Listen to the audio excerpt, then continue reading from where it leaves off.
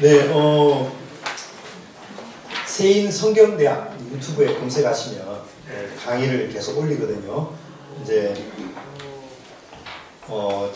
불가피하게 결석하시더라도 꼭 이제 보시고 따라와 주시기를 부탁드리고, 목사님 저 봤습니다 하고 만약 이렇게 노트에다가 메모하셔가지고 보여주시면 출석하신 걸로 제가 간주해 드립니다. 네, 대신에 불가피한 경우라고 제가 판정합니다. 불가피하게 일이 있어서 좀 빠지시더라도 에이 빠졌으니까 이제 이번 강좌 포기하자 이렇게 포기하지 마시고 그렇게 따라와 주시면 도움이 됩니다. 분명히 도움이 됩니다. 창세기 보는데요. 창세기 자 베레시트 태초의 제목입니다. 이 창세기는 한마디로 창세기의 메시지는 보라, 그분이 시작하셨다. 그분이 시작하셨다. 이것입니다. 하나님은 시작하신 분입니다. 창세기는 위대한 기원을 다루고 있는 책입니다. 세상의 기원, 인류의 기원, 죄의 기원, 은혜의 기원, 심판의 기원, 약속의 기원, 선택의 기원, 이스라엘 민족의 기원 등등을 다루고 있습니다. 이 창세기를 통해서 우리의 뿌리를 확인할 수 있다는 것입니다. 제가 이 강의안 만든다고 좀 신경을 많이 썼거든요. 이 강의안 이제 절대 버리지 마시고 꼭 벽에 두시고 우리가 나눠드리는 강의안을 계속 철회해 두시면 나중에 좋은 자료가 될 겁니다. 창세기는 크게 두 단락으로 나눌 수 있습니다. 1장부터 11장까지 그리고 12장부터 50장까지 이게 구분할 수 있습니다. 첫 번째 단락은 세계 민족의 기원을 다루고 있고요. 그 다음에 두 번째 단락은 12장부터 50장까지 이스라엘 민족의 기원에 대해서 다루고 있습니다. 기원의 문제를 다루고 있는 것이 창세기입니다. 이 전반부는 좀 부정적인 의미가 있습니다. 세계 민족의 기원 보면 부정적인 의미가 있습니다. 계속 사람들이 죄를 짓고 추방당하고 쫓겨나고 계속 죄를 짓고 하나님께 반역하고 그런 일들이 계속 반복되는 그런 내용이 기록되고 있고요. 두 번째 단락은 긍정적인 분위기입니다. 그 속에서도 하나님께서 한 민족을 일으키기 위해서 아브라함을 부르시고 약속하시고 아브라함과 함께 하시고 그 아들 그 손자를 따라 하나님의 약속을 3번이나 반복해 주시고 그리고 마침내 요셉을 통해서 애굽에 보내셔서 이스라엘 민족이 애굽에서 이제 큰 민족을 이룰 수 있도록 하나님이 전령으로 보내심으로 창세기가 이제 마무리되고 있습니다. 자, 그래서 우리가 성경을 해석할 때 항상 역사적 해석을 해야 된다고 했습니다. 그것은 하나님이 이 창세기를 모세를 통해서 누구에게 주시냐면 이 창세기의 원래 독자는 광야 이스라엘 백성들이었습니다. 광야 이스라엘 백성들이 이 창세기 메시지를 제일 처음 들은 사람들이거든요. 그러니까 그들의 입장에서 창세기를 이해하는 것이 첫 번째 중요합니다. 그런 다음에 지금 나에게 어떤 의미가 있는가 이렇게 봐야죠.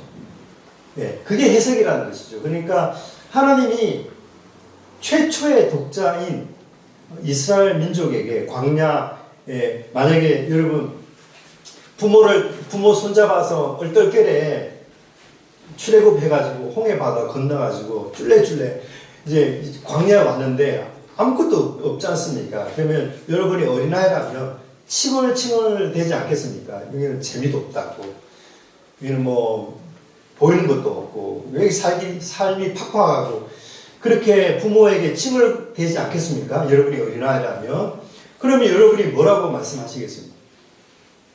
그러니까 그렇게 불평원망하기 쉬운 그들에게 하나님이 모세를 통해서 창세기를 주신단 말입니다. 와라. 하나님이 이렇게 이런 일을 하셨다. 그거예요. 너가 여기 있는 것은 이러이러한 일이 있어서 이렇게 너희들이 여기 있는 거야. 그러니까 이스라엘 백성의 입장에서 생각해 보면 창세기 메시지가 다가온단 말입니다. 그런 다음에 지금 나에게 무슨 말씀 하시는가 이렇게 보면 창세기를 통해서 나에게 하시는 말씀이 이제 들리거든요. 이게 역사적 해석이라고 했습니다. 그래서 과거와 현재의 그 차이를 이해하고 그 다리 놓는 작업, 이게 역사적 해석이라고 했습니다. 자, 볼까요? 그러면 이 세계는 어떻게 시작되었을까요? 세계는 언제 시작되었을까요? 과학자들은 빅뱅 이론 이야기합니다. 빅뱅. 380억 년 전에 한 점에서 뻥 튀기 폭발해가지고 지금 뭐 우주가 생겼다. 과학자들은 빅뱅 이론을 이야기하는데요. 성경은 어떻게 이야기합니까? 태초에 하나님이 천지 만물을 만드셨다. 그리고 보시면 자, 제가 처음에 전제 드린 거 기억하시죠? 여러분이 지금 막 광야 이스라엘 여러분이 광야 이스라엘 백성입니다. 그리고 부모의 손잡고 얼떨결에 자다가 지금 부모의 손 이끌려가지고 홍해 바다를 걷는 어린아이라고 생각해 보셔야 됩니다. 그런데 그런 여러분들에게 하나님이 모세를 통해서 창세기 말씀을 지금 들려주고 있는 거예요. 예. 그걸 항상 생각하시고 이제 창세기를 읽어야 되는 거예요. 예. 자, 제가 봅니다. 세상은 하나님이 만드셨어. 하나님이 시작하셨어. 하고, 자, 창세기 1장 시작하는 거예요. 첫째 날에 하나님이 빛이 있으라. 말씀하시니까 빛이 있었어. 이렇게. 둘째 날. 하나님께서 이제 물과 물 사이에 공창을 만드셨어. 공창 하늘이라고 하나님 칭하셨고, 물은 이제 바다라고. 자, 이렇게 이야기를 들려주는 거예요. 모세를 통해서. 자, 첫째 날 하나님이 빛, 그리고 빛과 어둠을 나누셨습니다. 그 다음에 둘째 날 공창 위의 물과 공창 아래의 물. 여러분, 하나님이 공창을 만드셨다 할 때 그게 사실은 잘 보면 과학자들의 눈에 보면 이게 공기가 없는 것처럼 보이지만 사실은 이게 진공이 아닌 거예요. 진공이 아니라 우리가 살고 있는 이 공간에는 산소와 질소 분자가 가득 차 있는 것입니다. 그러니까 과학자의 눈에는 이게 진공이 아니란 말이에요. 하나님이 공창 만드신 게 그냥 분리만 하신 게 아니고 이걸 사실 가득 채우신 거예요. 산소와 질소로 가득 채우신 거예요. 공창 위의 물과 공창 아래 물로 하나님이 나누셨어요. 그 다음에 셋째 날 하나님께서 물에서 이제 땅이 이제 나오게 이렇게 하신 거고요. 그 다음에 넷째 날 하나님께서 광명체, 해, 달, 별, 광명체 만드셨고요. 광명체. 다섯째 날 공창에 나는 새들과 물에서 이제 헤엄치는 물고기들, 새와 물고기들 창조하셨고요. 여섯째 날 각종 동물, 그리고 마지막 날 우리 인간을 하나님 형상과 모양으로 창조하셨습니다. 이게 하나님 하신 일이죠. 첫째 날부터 여섯째 날을 그냥 대충 해도 이렇게, 자, 보세요. 대구법이라고 하는 것은 히브리 어법 중에 굉장히 중요한 특징 중에 하나라고 했습니다. 그건 대구법, 평행법이라고 하는 건 쉬운 거예요. 짝짓기예요, 짝짓기. 자, 첫째 날은 넷째 날과 짝을 지을 수 있고요. 둘째 날은 다섯째 날과 짝을 짓고 대구를 이룬다 이 말입니다. 그리고 셋째 날은 여섯째 날과 대구를 이루고 있습니다. 그죠? 첫째 날 빛을 창조하셨으니까 빛과 어울리는 빛을 발산하는 해, 달, 별, 광명체를 만드시는 거예요. 새해는 그러니까 공창, 물에서 나는 물고기. 이렇게 둘째 날과 다섯째 날이 대구를 이루고 있고요. 그리고 그 물에서 묻이 드러나게 하시는 묻을 땅이라고 하나님 말씀하시는 그 묻에서 땅에서 기어다니는 동물들, 뛰어다니는 동물들 만드시고 마지막으로 사람을 마지막 날 만드시고 그러니까 이렇게 대꾸를 이루고 있단 말입니다. 이 전체 그림이 보이시죠? 창세기 1장에 이 대꾸를 이해하면 전체 그림이 보인단 말이에요. 자 보세요. 그러면 지난번에도 말씀드린 그럼 이 하나님이 창조하신 이 빛은 뭘까? 우리가 보는 이 빛은 태양에서 오는 빛인데 태양이 없으면 우리 깜깜한데 어두운 밤인데 그럼 이 빛은 도대체 어떤 빛일까? 궁금하지 않지 않습니까? 그러면 뭐 이건 조금 더 깊게 들어가는 건데 여기 광명체라고 했어요. 근데 빛을 전달하는 통로이지 이게 빛의 근원은 아닌 거예요. 왜냐하면 해, 달, 별 말고도 하늘에 수많은 존재들이 빛을 내고 있거든요. 그러니까 이게 빛은 사실은 모든 물질의 근본, 모든 아인슈타인이 노벨상을 받았는데 그 노벨상을 무엇 때문에 어떤 연구 때문에 노벨상을 받았냐면요. 빛을 연구했어요. 빛을 연구해 보니까 이 빛이 쪼개고 현미경으로 들여다보니까 이게 이 빛이라고 하는 것은 알갱이이기도 하고 또 이렇게 파동 그러니까 파동이기도 하더라. 이 연구 때문에 아인슈타인이 노벨상을 받은 거거든요. 노벨 물리학상 1927년 하여튼 그 빛 연구 때문에 그러니까 이 빛을 우리가 보는 빛이 사실은 동진의 앞뒷면인데 어떨 때는 빛으로 작용하고 어떨 때는 알갱이처럼 작용한단 말이에요. 그래서 모든 만물에 쪼개고 모래를 쪼개고 바위를 쪼개면 모래가 되고 모래를 쪼개면 또 먼지가 되고 그걸 또 쪼개고 하면 쪼갤 수 없는 최소 단위가 있는데 이제 원자라고 합니다. 아톰의 원자. 이 원자의 구성이 제일 가운데는 핵이 있고요. 핵은 양성자와 중성자로 이렇게 양성자와 중성자가 플러스 n이라는 핵이 있고 핵 주변에 이 마이너스 성질을 띠는 전자가 이렇게 돌고 있거든요. 네, 이게 아톰이라. 그래서 전자가 하나이면 수소 원자, 전자가 두 개면 헬륨 원자, 전자가 세 개면 뭐 리튬 원자, 그리고 전자가 뭐 92개면 이제 우라늄 원자 이런 식으로 과학자들이 발견하고 이제 그 고등학교 때 다 배우시겠지만 잊어버리시겠지만 그런 거예요. 근데 최소 원자는 원자 하나, 그러니까 전자가 하나 있는 원자는 이제 수소 원자. 여러분 이 수소 그러니까 이 태양이 어떻게 구성되냐면 태양의 대부분은 이 수소와 헬륨이거든요. 그리고 수소는 전자 하나고 헬륨은 전자가 두 개.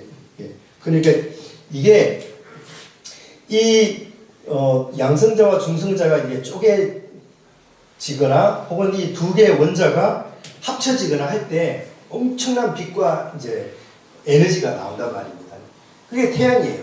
그러니까 태양이 저기 있기 위해서는 이게 필요한 거예요. 그리고 이 원자가 원자 되기 위해서는 이 원자 구조 안에 하나님께서 엄청난 에너지의 힘을 감춰 놓으시는데 그게 빛이란 말입니다. 빛은 이 엄밀히 말하면 하나님이 만드신 빛은 모든 만물의 근본으로서 에너지의 최소 단위인 것입니다. 이거를 첫째 날에 만드신 거예요. 이것과 이게 없는 것을 낮과 밤으로 하나님이 구분하신 거거든요. 그리고 광명체는 이 빛을 전달하는 통로인 거예요. 이게 원천이 아니거든요. 빛의 통로인 거고. 이게 과학자들은 이걸 압니다. 자, 그리고 궁창에는 이제 그 질소와 산소 원자가 있고요. 그 다음에 물은 H2O, 수소와 산소가 결합하면 물이 되는 거죠. 하나님이 그렇게 원자를 이렇게 결합시켜가지고 물로 만드시고, 그 다음에 공간에는 산소와 질소 분자들로 이 두 개의 분자가 합쳐지면 분자가 되거든요. 그러니까 산소 분자와 질소 분자로 가득 차 있는 궁창을 이렇게 만드시고, 그 하늘이라고 하죠. 자, 이런 것들. 어쨌거나 자세한 설명은까지 제가 괜히 했는데 생략하고, 이 구조를 보세요. 전체를 이렇게 먼저 보시라고 말씀드렸지 않습니까? 그러니까 짝을 지었습니다. 아, 그렇구나. 보면 하나님이 그냥 생각나는 대로 만드신 게 아니구나. 하나님은 즉흥적으로 이렇게 쭉 이렇게 생각나는 대로 뭐 빛, 물, 공 이렇게 만드신 게 아니구나. 하나님은 질서정연하신 분이구나. 하나님은 광명체를 만들기 위해서 첫째 날 빛을 만드시고, 우리 인간을 만들기 위해서 땅을 만드시고, 우리 인간이 살아가는 데 필요한 공기를 만들기 위해서 둘째 날 물과 하늘을 만드신 거구나. 하나님은 얼마나 질서정연한 분인가, 이거를 지금 보여주고 있는 거거든요. 그리고 하나님은 이 부분을 위해서, 이 부분을 하나님이 먼저 예비하신 거예요. 이거 없이 광명체가 스스로 존재할 수 없고, 이거 없이 인간과 동물이 스스로 존재할 수 없는 거거든요. 그러니까 우리가 존재하기 위해 필요한 것들을 위해서 하나님이 이 모든 것들을 이렇게 만드신 거예요. 우리를 제일 마지막에 만드신 것도 사실은 하나님이 이렇게 준비를 다 해놓으셔가지고, 우리가 살아가는 데 필요한 것들 하나님이 다 준비해 놓으시고 마지막에 우리를 만드신 거예요. 이게 하나님이 하신 일이에요. 여러분이 광야 이스라엘 백성에 이제 막 방황하는 청소년으로서 왜 이제 하나님이 우리를 광야로 인도해 주시냐고 이제 여러분의 부모한테 막 원망하고 투덜거리는 방황하는 청소년이라고 생각해 보세요. 그때 하나님께서 모세를 통해서 이 이야기를 해 주신, 하나님 하신 걸 봐라. 여러분들 위해 하나님이 다 우리를 위해서 예배해 놓으셨다. 계획하시고, 하나님이 다 계획하신 대로 지금 우리에게 필요한 모든 것들을 하나님이 예비하시고 또 계획하시고 이렇게 준비해 놓으셨다.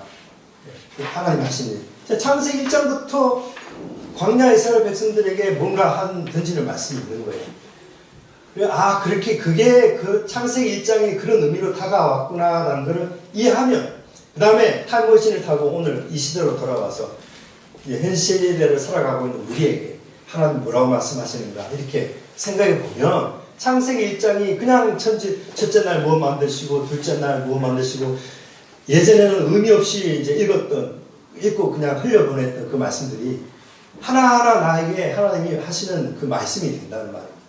네. 그렇게 우리가 성경을 보자는 거죠. 자, 이 세상이 이렇게 시작되었단다 하는 거예요. 그러니까 우리는, 하나님이 우리를 유일하게 하나님의 형상과 모양으로 만드셨어. 그게 뭐예요? 천사는 몸이 없는 영적인 존재인데 몸이 없어요. 근데 인간은 몸을 가진 존재로 하나님 만드시는데, 그러니까 영적인 존재로서의 천사는 분명히 능력으로 따지면 우리보다 상위에 있습니다. 공간, 시간에 제약을 받지 않는 영적인 존재니까 상위의 존재. 그런데 우리는 왜 공간, 시간에 제약을 받는 육신의 존재로 만드셨을까? 그런데 모세를 통해서 하시는 말씀이 하나님의 형상과 모양으로 너희를 만드신 거야. 그것은 그러니까 형상과 모양, 이게 대꾸법이거든요. 형상 따로 모양 따로가 아니고요. 형상 곧 모양. 그러니까 사실은 같은 말인데 동전의 앞뒷면입니다. 빛은 파동이면서 에너지다. 이게 과학자들이 하는 말이거든요. 그러니까 우리 인간은 하나님의 형상, 즉 하나님의 모양으로 만드셨는데, 그 말은 우리가 하나님을 닮아갈 수 있는 가능성의 존재로 하나님 우리를 만드셨다. 왜 하나님을 닮아갈 수 있는 존재야? 천사는 그런 능력 없어. 천사는 그냥 하나님께서 부르시는 구원 얻은 자를 섬기라고 보내시는 하나님이 부르시는 종들이야. 그럼 우리 하나님의 종이지만 그냥 하나님을 닮아갈 수 있는 능력을 가진 존재로 하나님을 창조하신 거야. 이렇게 창세기를 통해서 계속 말씀해 주는 것입니다. 우리는 그런 존재야. 창세기 1장에서 하나님이 모세를 통해서 이스라엘 백성에게 들려주는 이야기입니다.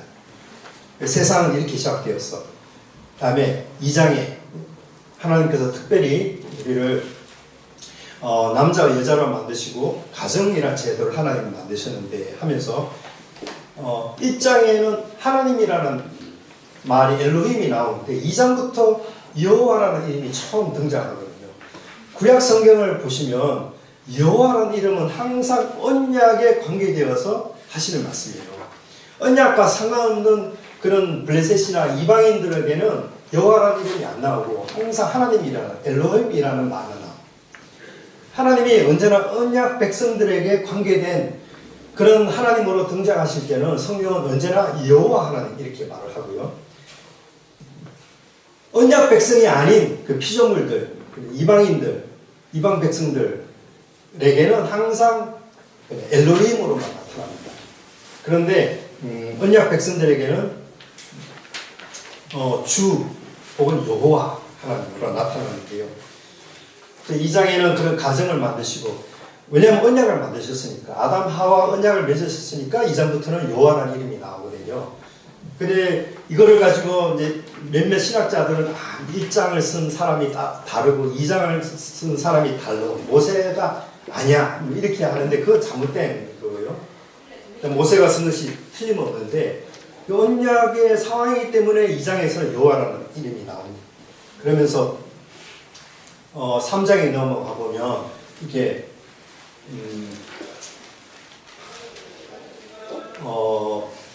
하나님 지으신 들짐승 중에 뱀이 가장 강력했어 하면서 이제 지금 모세를 통해서 이야기를 들려주는 겁니다. 그리고 모세를 통해 들은 그 말씀을 여러분 자녀들에게도 들려주는 거예요. 그러면 그 뱀이 이렇게 접근을 했는데, 그러면서 이제 3장이 이야기하는 거예요. 그래서 3장을 통해서 왜 그렇게 인간이 죄를 짓게 되었고 타락하게 되었고 에덴 동산에서 쫓겨나게 되었는지를 말하는 거예요.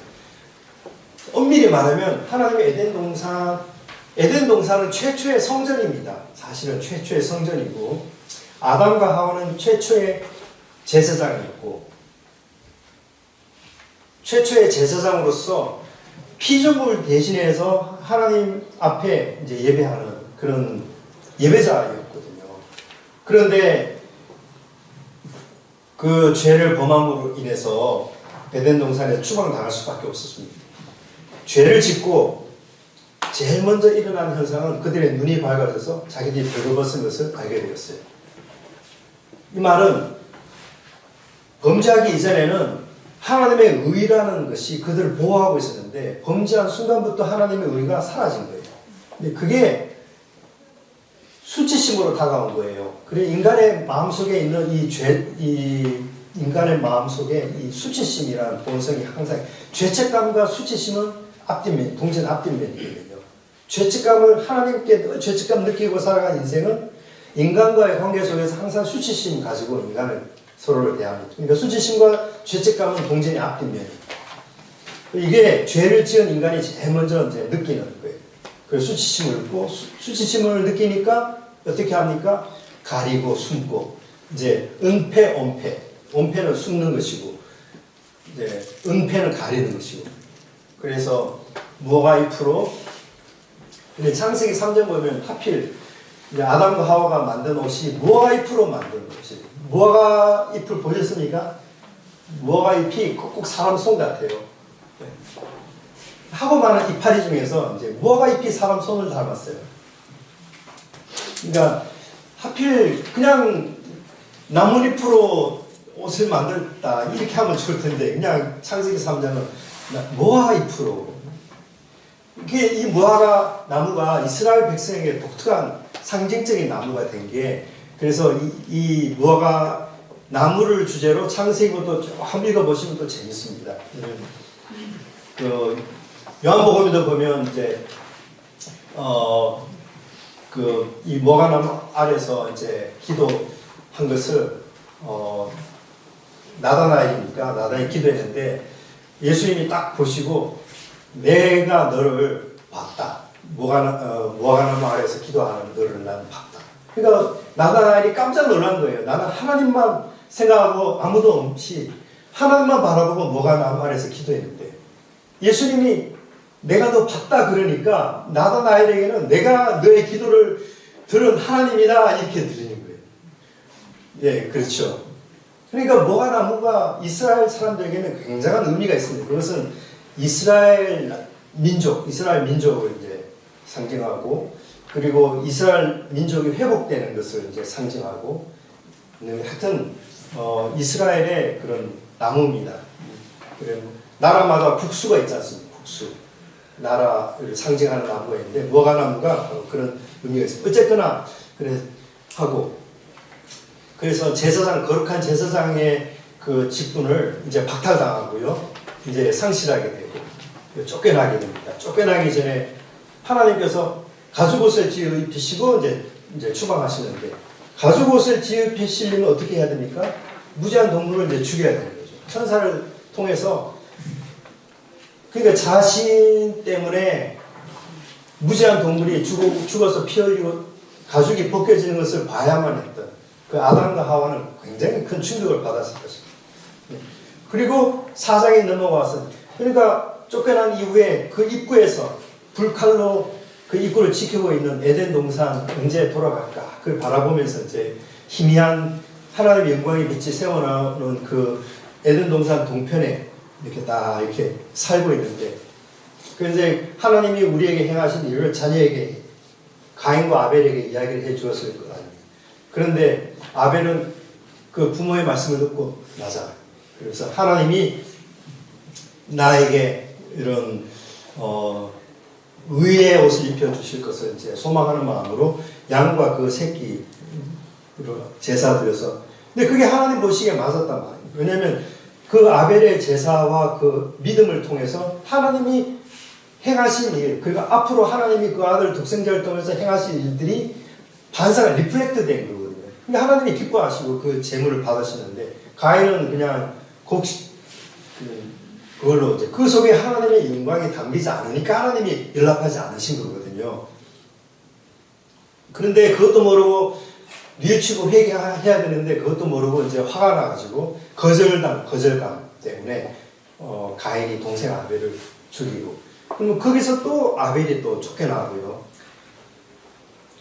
그리고 창세기 5장에 가면 아담부터 노아까지 10명의 의인들이 이제 기록되고 있는데, 이 10명의 의인들이, 그러니까 그 계속 가인처럼 죄를 짓고 또 죄가 이제 점점 확산되어가는 과정에서도 진짜 아벨처럼 그 믿음을 지켜가는 의인들의 계보를 이제 그 10명으로 기록하고, 노아까지 10명이 나옵니다. 그런데 노아의 홍수가 났고요. 그 다음에 홍수의 그 세 아들과 세 자부가 이제 나중에 홍수 이후에 큰 이제 민족을 이루는 시조가 되는데, 70개 민족이 이제 기록되고 있거든요. 창세기 10장 11장 보시면 70개 민족이 나오는데, 그 중에 한 분파가 한반도로 오고, 또 누구는 저기 아메리카 대륙으로 가고 남미로 가고 이렇게 했을 것입니다. 인류학자들이, 엔트로폴로지, 인류학자들이 이렇게 항상 이제 인류의 흐름이 이렇게 가고 있다는 것도 인류학자들도 인정합니다. 이제 70개의 민족으로 됐어요. 그런데 보니까 그 사람들이 이제 하나님을 인정하기 싫어가지고 다시 우리가 홍수로 이렇게 흩어지지 않도록 하자. 그래서 탑을 쌓자. 큰 탑을 쌓고, 그래서 이제 우리는 우리끼리 똘똘 뭉치자. 하나님을 대적하는 거죠. 하나님을 반역하는 건데, 그게 하나님이 강림하셔가지고, 왜냐하면 그들이 똘똘 뭉치면 아담 하와에게 약속하신 여자의 후손을 보내겠다고, 구원을 이룰, 뱀의 머리를 쳐서 구원을 이룰 여자의 후손을 보내겠다고 하신 하나님의 약속이 이제 위협받는단 말입니다. 그래서 하나님의 약속의 말씀이 도전되니까 하나님께서 강림하셔서 언어를 흩어버리시고, 그러니까 민족이 여러 언어 갈래로 이제 흩어지고 전 세계로 흩어졌단 말이에요. 그때 우리 한 분파가 또 한반도로 갔고, 또 북미로 가서 뭐 인디안이었고, 남미로 가서 인디안이었고 또 했을 거란 말이에요. 그러니까 그런 상황이 흩어져서 하나님이 민족을 흩어버리신 거예요. 흩어진 민족을 거기까지가 창세기 11장까지 이렇게까지. 그런데 12장 와서 이제 반전입니다. 하나님은 흩어진 그 민족들에게 찾아가셔서 구원을 알리기를 원하셨어요. 민족들을 찾아가려면 민족을 이렇게 해야 되겠죠. 그래서 하나님이 아브라함을 부르셔서 내가 네게 지시할 땅으로 가라. 내가 너로 큰 민족 이룰 것이다. 그리고 너는 복이 될 것이다. 너를 축복하는 자에게 내가 복을 내릴 것이고 너를 저주하는 자에게 내가 저주할 것이다. 하나님이 아브라함에게 그렇게 말씀하시고 아브라함과 언약을 맺으신 구체적인 언약식은 15장에 나와 있는데요. 여기 보시면 고대 근동사회 언약은 이렇게 됐구나. 그래서 아브라함이 17장입니까?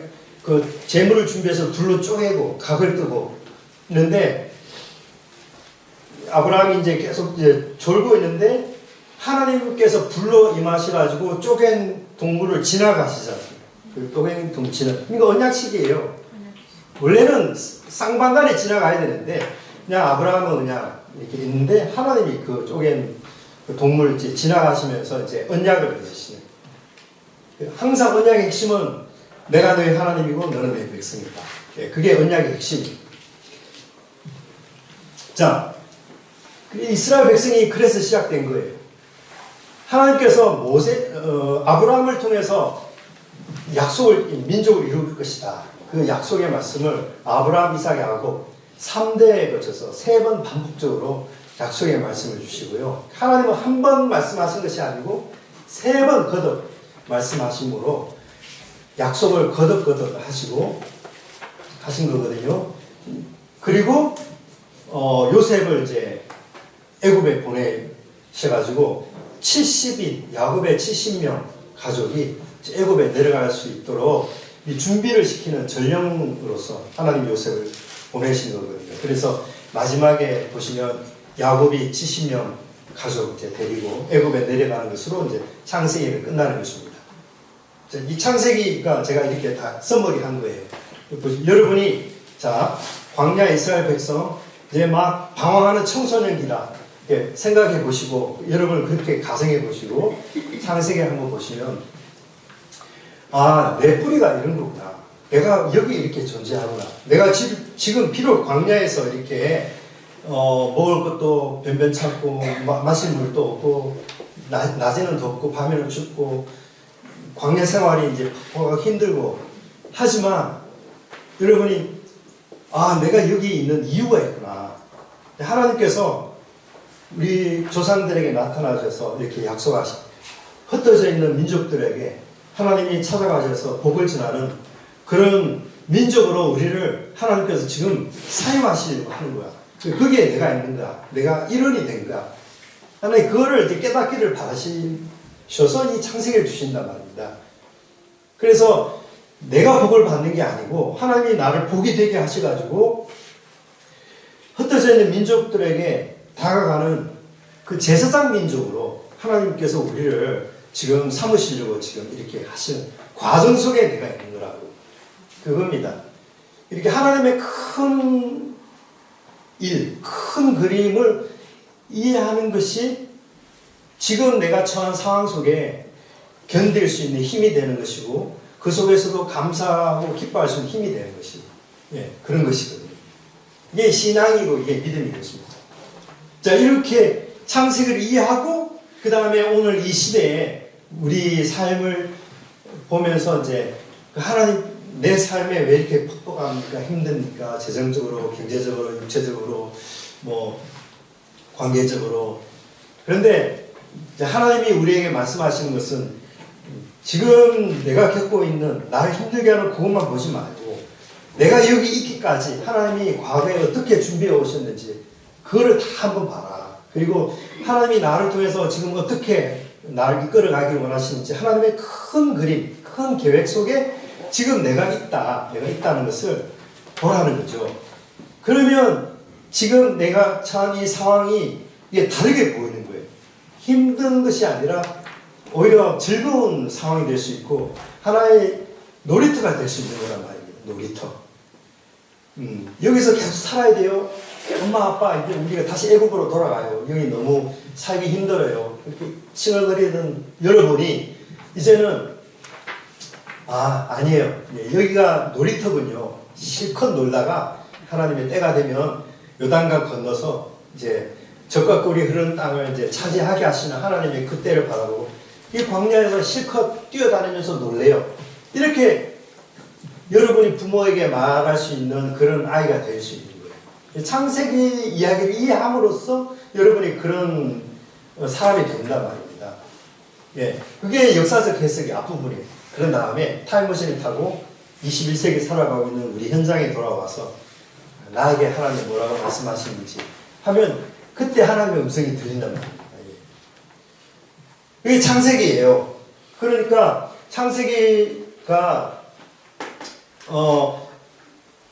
내가 나라는 것이 어떻게 해서 이제 이렇게 시작되었고 그 다음에 이스라엘 민족은 있기까지 이런 배경에서 하나님이 이렇게 아브라함 부르시고 아브라함, 이삭, 야곱을 통해서 언약을 주셔서 민족을 되게 하셨구나. 하나님이 왜 우리를 아브라함 불러서 민족을 이제 만드셨느냐. 그 흩어져 있는 범죄에서 추방당하고 전 세계 땅끝까지 흩어져 있는 민족에게 찾아가서 복을 주는 제사장 민족으로 마치 아담과 하와가 최초의 제사장이 되어서 에덴 동산이라는 최초의 성전에서 모든 피조물들에게 복을 주는 축복하는 그런 제사장 역할을 했듯이 이스라엘 민족이 이제는 제사장 민족이 되어서 모든 민족에게 복을 주고 하나님 아는 지식을 전하고 하나님이 이런 분이야 라고 그 구원을 알리고 하나님 아는 길 제시하는 그들을 축복하는 제사장 민족으로 삼기 위해서 하나님이 이렇게 내가 여기까지 하나님이 이렇게 이런 과정으로 준비하고 계셔. 그렇다면 하나님이 이토록 치밀하게 준비하시고 우리를 구원하셨다면 앞으로도 우리와 함께 하실 것은 분명한 것이고 하나님의 계획은 절대 실패할 일은 없을 것이고 소망이 생긴단 말입니다. 예. 그러니까 창세기가 이스라엘 백성에게는 굉장한 의미가 있는 그런 말씀이 되는 거죠. 자, 이 창세기의 중에 좀 어려운 본문 중에 하나가 여러 가지가 있지만 38장입니다. 여기 보면 자, 이게 어떤 의미냐면 아브라함, 이삭, 야곱과 이제 언약을 맺으셔서 하나님이 약속을 3번 반복해서 주시는데요. 그런데 요셉을 전령으로서 애굽에 보내시기 전에 38장 기록이 여기 들어가 있어요. 그러니까 여러분이 창세기를 읽어 나가시다가 딱 흐름이 막힌다, 흐름이 끊긴다고 얘기해주는 부분이 창세기 38장인데요. 여기 보면 다말과 이제 유다와 다말 이야기입니다. 다말은 유다의 며느리거든요. 그래서 이제 생뚱맞다는 그런 느낌이 들 수 있어요. 쭉 언약 이야기가 나오다가 그 다음에 요셉 이야기로 바로 넘어가면 좋은데 요셉 이야기 넘어가기 전에 이 유다와 다말 이야기가 나온단 말이에요. 그게 여러분 문맥을 잘 보시면 자 여기 야곱의 아들 12아들이 있지 않습니까? 12아들이 있는데 이 12아들의 이야기를 여러분 잘 아실 것입니다. 야곱이 특별히 요셉을 편애했어요. 그런데 형들이 요셉을 이제 시기하고 그래서 이제 이 요셉을 형들에게 찾아왔을 때 요셉을 잡아가지고 우물에다가 이제 물 없는 우물에다가 이제 가두지 않습니까? 이 형들 살려달라고 이렇게 애원할 때도 형들은 이제 매몰차게 아마도 거기에 주도적으로 활동했던 그 형들 동생을 말렸던 큰 형, 이제 마지연 루벤은 아마 말렸을 것이고, 그리고 주도적으로 그걸 했던 형들이 아마 이제 그런 성경에 나와 있지 않지만 레위와 시몬이었을 것입니다. 그리고 뒤처리하는 것은 아마 유다였을 것인데요. 이렇게 추측을 하는데 그냥 그 아들들의 성격을 가지고 이렇게 보는데 어쨌거나 요셉이 이제 은 30에 이제 팔려갔습니다. 대상들에게 팔려가고 이제 유다의 마음속에 죄책감이 이제 생긴 거예요. 그래가지고 성경을 보시면 그 아버지의 집을 이제 떠나서 이제 가출합니다. 나 따로 살래 하고. 그러니까 하나님을 믿는 신앙을 버린 거예요. 그 아버지 곁을 떠나서 그 형제들을 떠나서 이제 따로 산다는 것은 이제는 하나님을 믿는 여호와 신앙을 버린다는 것을 상징하는 거거든요. 이렇게 방황하는 유다의 모습을 보는데요. 그런데 여기 창세기 38장 사건이 있습니다. 그리고 방황하는 중에 자 유다의 아들들이 이제 하나님께서 치셔서 이제 첫째가 죽고 둘째도 죽고 여기에 중요한 하나의 그 전통이 나오는데 계대 결혼법이라는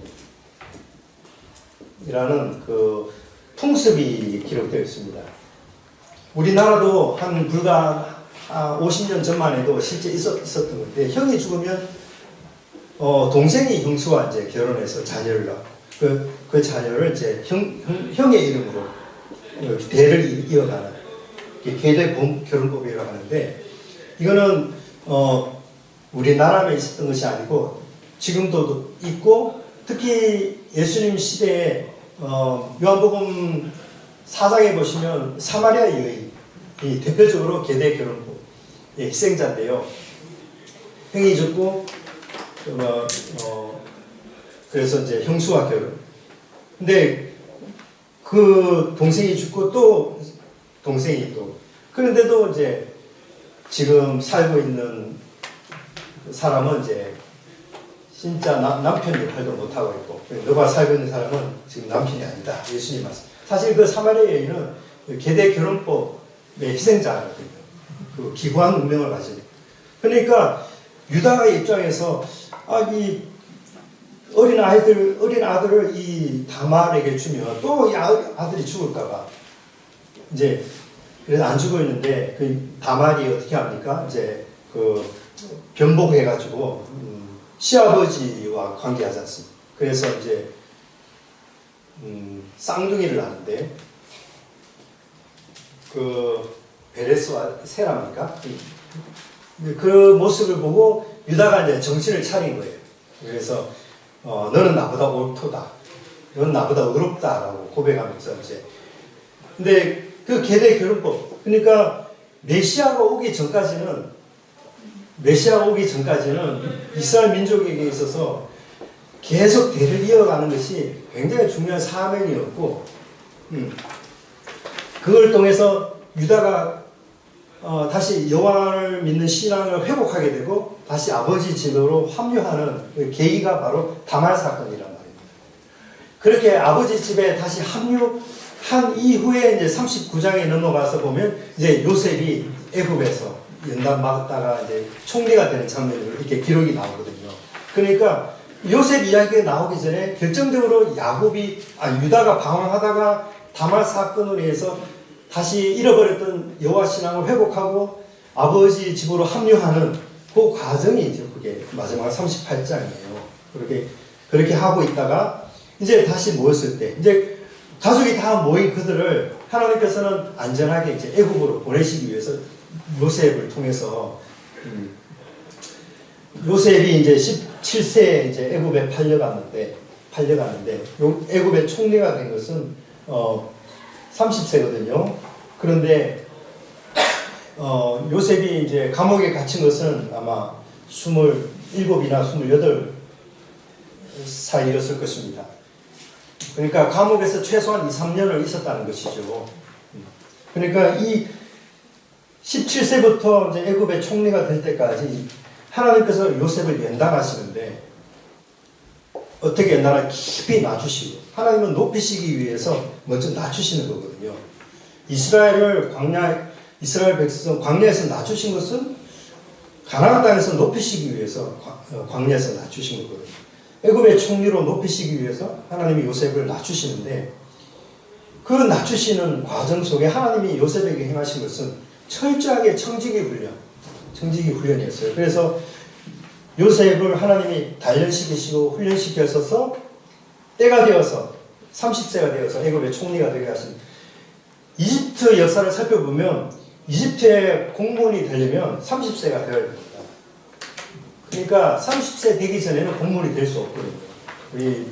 제가 이제 속한 교단에서는 30세 되기 전에는 목사 안수 안 주는 거예요. 저는 이제 강도사가 되어서 한참 몇 년을 좀 기다렸는데, 어쨌건 그러니까 이 동안에 하나님 저 구원해 달라고 술 맡은 관원장에게 좀 내 사정 봐달라고, 그 술 맡은 관원장이 왕에게 말을 했으면 애굽에서 감옥에서 나왔을 텐데 그 까먹은 거예요. 그 까먹은 게 하나님의 은혜거든요. 예, 왜냐하면 바로 나왔으면 애굽의 총리가 될 수 없는 그런 상황. 그러니까 하나님이 까먹게 하신 거예요. 술 맡은 관원장이 요셉 이야기를 잊어버리게 하신 거예요. 여러분, 생각나게 하시는 분도 하나님이시고요, 잊어버리게 하시는 분도 하나님이신데, 에스더서 읽어보면 아수르 왕 하나님 께서 이제 생각 자꾸 하게 해가지고, 맞다, 그때 모르게 왜 내가 상을 안 줬지, 하나님이 생각나게 하신단 말입니다. 참.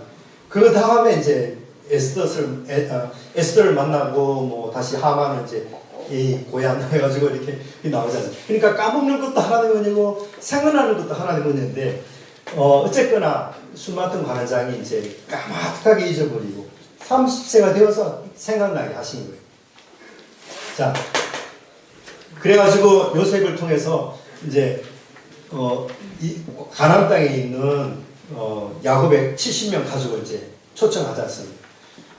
하필 그 가나안 땅에 기근이 심했어요.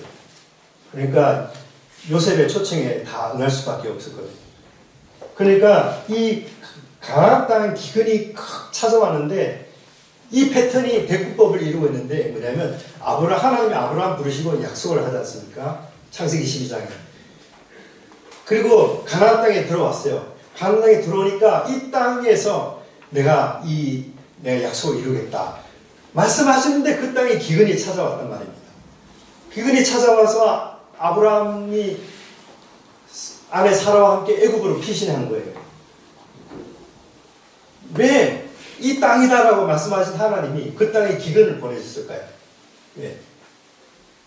보면 패턴이, 여러분, 이삭에도 반복되고요, 야곱은 애굽이 아니라 외삼촌 집이라는 거, 그게 다르지 반복된단 말입니다.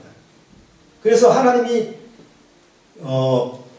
애굽으로 보내시려는, 아브라함의 그 후손들을 애굽에 보내시려는 계획이 있었기 때문에 하나님이 아브라함에게 미리 경험케 하시려고 약속의 땅에 딱 들어왔는데, 가나안 땅에 이 땅이다 말씀하신 하나님이 이 땅에 기근 보내셔가지고 아브라함이 이제 애굽에 내려가게 하신 거예요. 이 패턴이 창세기에 이제 가나안 땅에 기근이 찾아와서 기근 때문에 애굽에 피하는 이 패턴이 반복됩니다. 3번 나오는데요. 그래, 마지막 패턴이 그러니까 기근이 찾아와서 이제 요셉이 있는 애굽으로 야곱의 그 가족 70명이 이제 내려가는, 이주하는 과정으로 창세기 끝나는 거거든요. 자, 그러니까 그 땅에 기근이 찾아온 것도 사실은 하나님의 의도적으로 그렇게 역사하신 것이고, 그걸 통해서 하나님이 뭔가 말씀하시려고 하는 부분이 아브라함에게도 있었고, 이삭에게도 있었고, 야곱에게도 있었고, 요셉에게도 있단 말입니다. 그 상황을 통해서 하나님이 그렇게 몰아가시는 것이 있어요. 예. 지나고 보면 그것이 이해가 되는 거죠. 하나님이 이걸 이루기 위해서 이렇게 상황을 이제 사용하셨구나. 자, 여기까지입니다. 창세기까지 이렇게 공부했고요. 다음 주에는 출애굽기부터 신명기까지 한번 해보도록 하겠습니다. 질문 있으십니까? 네. 짧게 있습니다. 여기 나눠드린 거는 한번 보시고 이해가 안 되시는 부분은 저한테 말씀해 주시면 감사하겠습니다. 다음 주에는 출애굽기, 레위기, 신명기, 민수기 민수기 신명기 보겠습니다. 특히 레위기 요즘 저희 교회가 읽고 있는 이 부분이니까 레위기 좀 중점적으로 한번 보도록 하겠습니다. 네, 한번 다 같이 일어나셔서 찬송하고 기도하도록 하겠습니다.